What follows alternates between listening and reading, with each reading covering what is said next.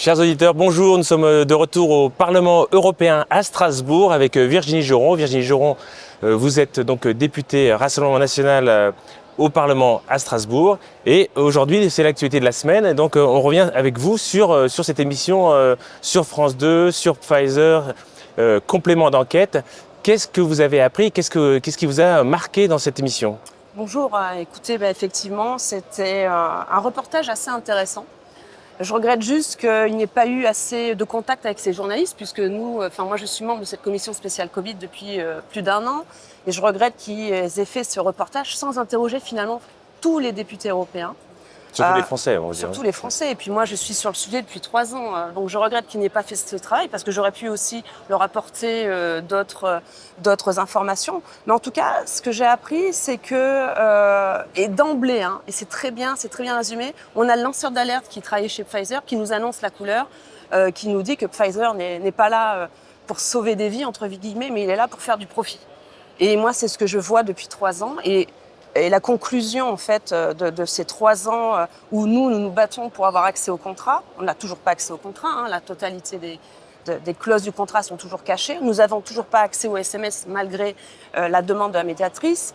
Les réponses de la Commission et surtout de la commissaire Kyriakides qui nous a quand même, fin mars, elle nous a quand même déclaré que Madame van der Leyen n'était pas à l'œuvre en pré-négociation. Donc elle a remis en question même le travail de la Cour des comptes qui déclarait dans son rapport qu'il y avait bien eu des négociations entre Madame van der Leyen et le PDG de Albert Bourla. Donc du coup, on voit bien, et ce reportage le démontre, qu'il y a une fuite de ces deux protagonistes emblématiques et importants de ces contrats, puisqu'on voit bien dans le reportage, même eux n'ont pas réussi à accéder à avoir un témoignage direct auprès de la présidente de la Commission, et aussi de M. Bourla, qui n'a pas voulu venir 2 fois à Bruxelles, mais qui était présent à Davos et qui a aussi fui les questions. C'est vrai qu'on a ces deux séquences assez incroyables où on voit ces personnes qui un peu fuient la caméra, on va dire, le long de... Ici, à Strasbourg, même sur la passerelle. À Strasbourg, sur la passerelle. À Davos aussi. Alors que juste avant, on lui avait demandé par 2 fois de venir nous présenter sa stratégie lors de la mise en place des contrats. Et il n'a pas voulu venir, il a fait envoyer quelqu'un d'autre à sa place. Et ça c'est bien parce que ça démontre effectivement tout ce que nous, on a vécu de l'intérieur. Un mépris, moi j'ai envie de dire, et aussi un manque de transparence parce que c'est vraiment tout ce que nous, on dénonce au terme de notre mandat, puisque nous, notre mandat de parlementaire, c'est de contrôler ce que fait la Commission. Et elle n'a pas pu nous donner accès à ces demandes. Et pour le coup, moi, je regrette aussi que dans le reportage, on voit une députée de Renew qui s'exprime. Et on a même l'impression qu'elle serait contre un petit peu ces négociations qui ont été faites, mal négociées avec Madame van der Leyen et Bourla. Et en fait, moi, dans la commission, j'ai jamais vu aucune critique concernant ces négociations, si ce n'est. Et en plus, quand nous avons demandé la levée des badges de Pfizer, effectivement, le parti de Macron a refusé la levée des badges. Donc il y a un double discours. Là aussi, je veux remettre les choses en place parce qu'on a l'impression effectivement qu'il y aurait une certaine opposition. Moi, je regrette qu'il n'y ait aucune opposition et on le verra peut-être si on a le temps d'en parler. C'est le rapport qui découle de cette commission spéciale Covid, puisqu'il y a un rapport qui en découle avec des recommandations qui sont répertoriées sur presque 44 pages. Et on voit bien qu'il n'y a aucune critique, il n'y a aucune remise en question sur tous ces travers concernant l'opacité, les négociations qui ont été faites. Et là aussi, on le voit dans le complément d'enquête, on a l'impression que ça a été fait par des gens inexpérimentés.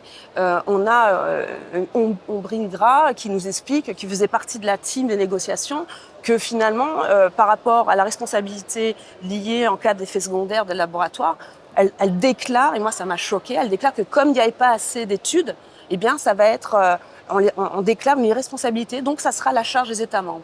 Donc je ne sais pas, mais...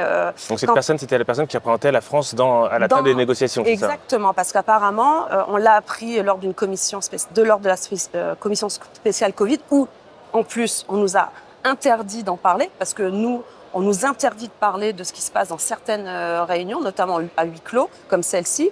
où on avait un représentant de l'ERA, c'est une agence européenne qui s'occupe de la logistique de l'accès aux médicaments et dont l'accès aux vaccins.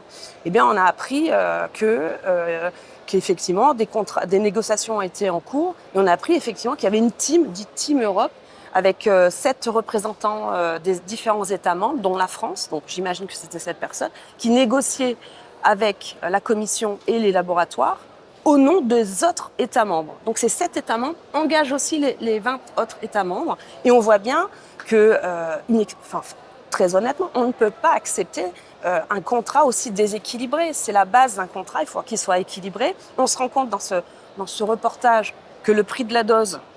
Donc c'est 80 centimes, c'est ça, ouais, voilà, le coût de la dose, c'est 0,80 centimes. Nous, ils nous l'ont vendu 15,50 € les premières années. Et là, c'est négocié à 19,50 € la dose.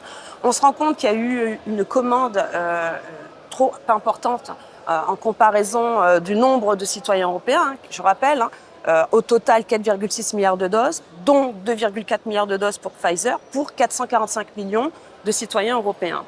Donc c'était très intéressant parce que nous ne l'avons pas vu. Même si le rapport de la Cour des comptes, elle aussi déclare noir sur blanc qu'il y a eu des problèmes dans la mise en œuvre de ces négociations avec, effectivement, ils le disent, des gens qui n'étaient pas experts. Donc là aussi, une commission qui contractualise à hauteur de 71 milliards d'euros avec des gens inexpérimentés, c'est pas dans les intérêts des citoyens européens. On le voit aujourd'hui puisque le seul gagnant dans ces négos, c'est Pfizer. Parce qu'on l'a appris aussi, et ça, complément d'enquête n'en a pas parlé, et malheureusement, parce que c'est aussi important que les gens, il faut qu'ils sachent que dans ces négociations qui sont en cours, ils redemandent à Pfizer, puisqu'il y a un surstock, qu'on étale la commande des doses jusqu'en 2026. En même temps, on a appris que l'OMS levait l'état d'urgence en matière de pandémie Covid, mais quand même, Pfizer veut continuer à vendre et à livrer une partie des doses. Mais par contre, la négociation avec la Commission indique qu'ils sont en train de négocier pour annuler des doses. Alors on se dit pourquoi pas annuler des doses puisqu'il y a eu un surstock, mais l'annulation de la dose, elle va coûter 10 €. Donc là aussi, c'est un non-sens, c'est pour moi une gabegie énorme. On ne peut pas donner à Pfizer 10 € pour rien. Alors, je veux dire, dans quel monde on vit ? Donc très intéressante documentaire avec effectivement la mise en avant de ces lanceurs d'alerte et ces témoignages aussi. Il y a aussi eu ce témoignage d'une victime d'un effet secondaire grave, on peut le dire, qui est un peu bouleversant. C'est vrai que c'était une des premières fois qu'on voyait ça sur une télévision française. Enfin, parce que c'est vrai que là aussi c'est un sujet tabou. Parler d'effets secondaires, c'est un sujet qui est refusé, on l'a vu lors des auditions. Le mot effet secondaire n'a jamais été utilisé, notamment par le laboratoire Pfizer quand je les ai interrogés. On a déposé 3 résolutions pour demander à l'ouverture d'un fonds d'indemnisation pour les effets secondaires, puisqu'on se rend, grâce à ce complément d'enquête, on se rend compte qu'effectivement, il y a une déresponsabilisation des laboratoires, donc c'est pas eux qui payent. On se rend compte dans ce complément d'enquête qu'il y a des effets secondaires, même si on veut pas en prendre acte. Ça, on l'a vu avec l'Agence européenne du médicament, où elle n'a pas voulu entendre ce témoignage que je partageais. Et puis on le voit bien. Moi, tous les jours, je suis sollicitée avec différents témoignages. On m'envoie des lettres, on m'envoie des vidéos, on m'envoie des courriers. Bon, donc là, on a effectivement la preuve, en fait, concrète et aussi visible, parce que le problème, il est là. Jusqu'à présent, c'était assez invisible, ces témoignages, ou alors on nous taxait de gens qui faisaient de la fake news, ce qui est faux. Et je le regrette parce qu'il y a quand même des vies derrière ces témoignages. Et le problème, là vraiment, qu'on va mettre en avant, c'est qui va payer. Moi, je trouve regrettable que ce soit les États membres qui vont devoir prendre en charge ces futures indemnisations. On sait très bien que c'est un parcours très long et du combattant. Et on se rend compte aussi, à l'occasion de cette reportage, c'est qu'à la fin, M. Fischer, il a fallu lui mettre le nez sur le papier, le nez dans les dos, en lui rappelant ce qu'il avait dit il y a plus de 2 ans par rapport aux les problèmes de troubles menstruels, où en fait, il veut s'appuyer que sur des études, mais pas sur des témoignages. Donc, c'est-à-dire qu'on est médecin, on a un patient qui vient et qui vous dit « moi, j'ai des problèmes », on ne veut pas en tenir compte, on attend qu'une étude X, Y, Z faite, on ne sait pas sur quels critères, puisse être reconnue pour pouvoir prendre en compte ces témoignages. Donc là aussi, ce décalage, nous, on l'a vu parce que, comme je vous l'ai dit, moi, je répertorie ces témoignages auprès de mon bureau. On le voit aussi avec les rapports de pharmacovigilance qui fait état de différents effets secondaires. On le voit aussi avec le drap vigilance. Et on sait aussi que c'est qu'une partie émergée de l'iceberg. À peu près 10% de cas sont répertoriés. Mais effectivement, ça permet enfin de montrer aux gens que d'un côté, il y a eu des problèmes avec ces négociations de contrat, qui est toujours d'actualité. Un problème d'effet secondaire où on voit bien que certains n'ont pas voulu en parler sous prétexte qu'il n'y avait pas d'études. Maintenant qu'il y a des études et surtout que maintenant, c'est même l'EMA qui reconnaît qu'il y a bien une relation entre le vaccin et les effets secondaires liés aux troubles menstruels. Mais après, ça ne va pas plus loin.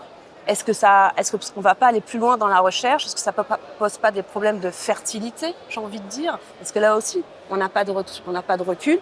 Apparemment, ça n'engage pas aussi la volonté d'ouvrir des études, parce que là, ça serait intéressant de voir si depuis 3 ans, il n'y a pas une baisse de taux de natalité. Est-ce qu'il n'y a pas plus de fausses couches? Et donc, ça serait intéressant, puisque si d'un côté, on dit bien qu'il y a un problème lié entre le vaccin et les troubles menstruels, c'est quoi les conséquences? Alors, ce qui était bien dans ce reportage, c'est qu'on a vu une suite un peu de pratiques un peu agressives de Pfizer, donc aussi bien en Afrique, donc une sorte d'essai un peu sur des enfants au Nigeria. J'invite les auditeurs à regarder donc ce reportage d'1 heure sur France 2, complément d'enquête. Donc c'est le scandale Nigeria, le scandale du Bextra. On reviendra peut-être une autre fois sur ce sujet. Oui, on avait posé une question écrite aussi à la commission parce que c'est effectivement. Mais on sait très bien que Pfizer, depuis des années, a utilisé ces pratiques. Elle a été condamnée. Je crois qu'elle a toute une liste à la Prévert de condamnations.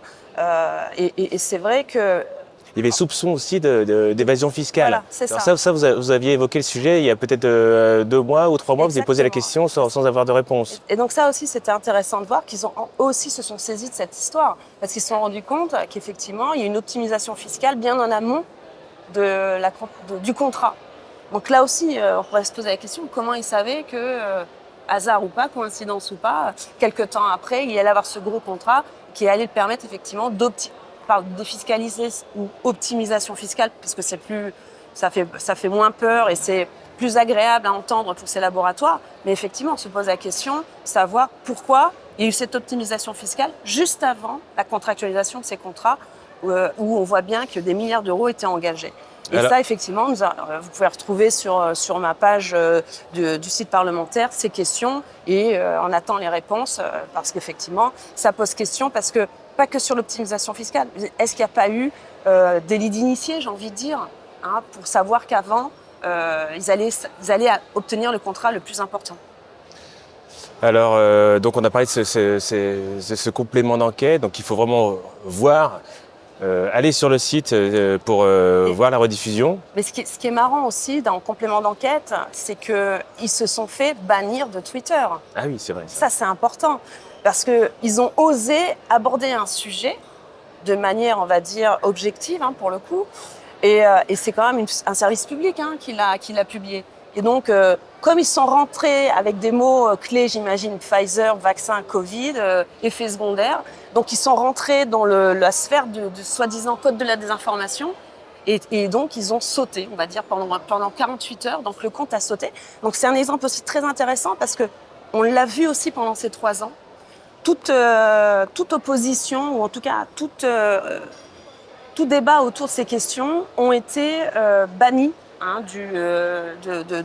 de ces plateformes parce qu'il y a une volonté de la commission, c'est écrit noir sur blanc, il y a une communication express, et même je le vois dans le rapport, dans le rapport c'est intéressant de voir où en fait il y a une lutte contre tout discours qui finalement ferait peur aux gens et qui pourraient hésiter d'aller se faire vacciner. Et donc là on le voit, complément d'enquête, ils ont subi finalement cette politique de la commission sur la censure concernant ce sujet.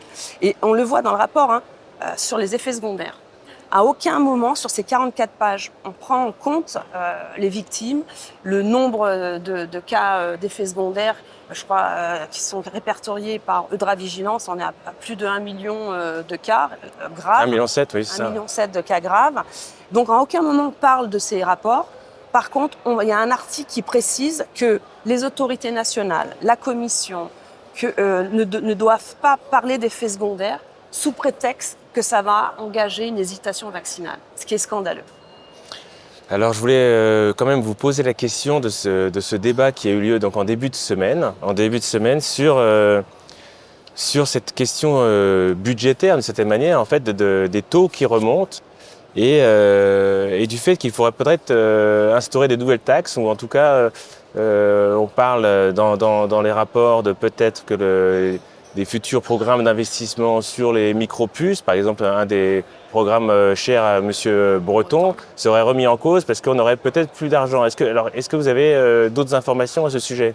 Bon, en tout cas, ce qui est hallucinant, c'est qu'on se rend compte pour les 750 milliards pour le plan de relance, les taux, là aussi, à taux variable, ont été négociés de cette manière. Donc là aussi, on se rend compte que les négociations ont été faites encore par des gens soit inexpérimentés, soit alors de mèche avec le secteur bancaire. Parce qu'on voit bien qu'aujourd'hui, depuis 3 ans, les taux ont bien bougé. D'ailleurs, même Thierry Breton le dit. Juste avant moi, il intervient en plénière. Il indique effectivement qu'il y a un problème, les taux explosent, et donc ça a un impact effectivement sur les taux d'intérêt, et du coup, sur les enveloppes aussi à dégager. Et en plus, on se rend compte, il faut le rappeler, ces taux, ce prêt, il nous engage jusqu'en 2058. Donc pour nos enfants et certains pour leurs petits-enfants. Donc voilà un petit peu. Donc du coup, vous avez posé une question écrite pour essayer de clarifier en fait quel montant en fait. Là, on va poser une question parce que là aussi, on se pose la question, mais comment se fait-il que des experts, que des gens, parce que c'est comme ça qu'ils se présentent, hein, puissent négocier des contrats aussi importants et finalement pas dans l'intérêt des citoyens européens, parce que c'est notre argent quand même. Hein. Cet argent, ce budget, c'est les contribuables, c'est chaque contribuable européen qui contribue à ce budget. Et encore une fois, je le répète, nous, députés européens, c'est notre rôle de contrôler, de vérifier, de poser des questions à la Commission. Eh bien, très bien. Virginie Joron, merci pour cette actualité. À très bientôt sur nos réseaux, et surtout partagez cette vidéo et abonnez-vous si vous n'êtes pas encore abonné à la chaîne de Virginie Joron. Merci. Merci.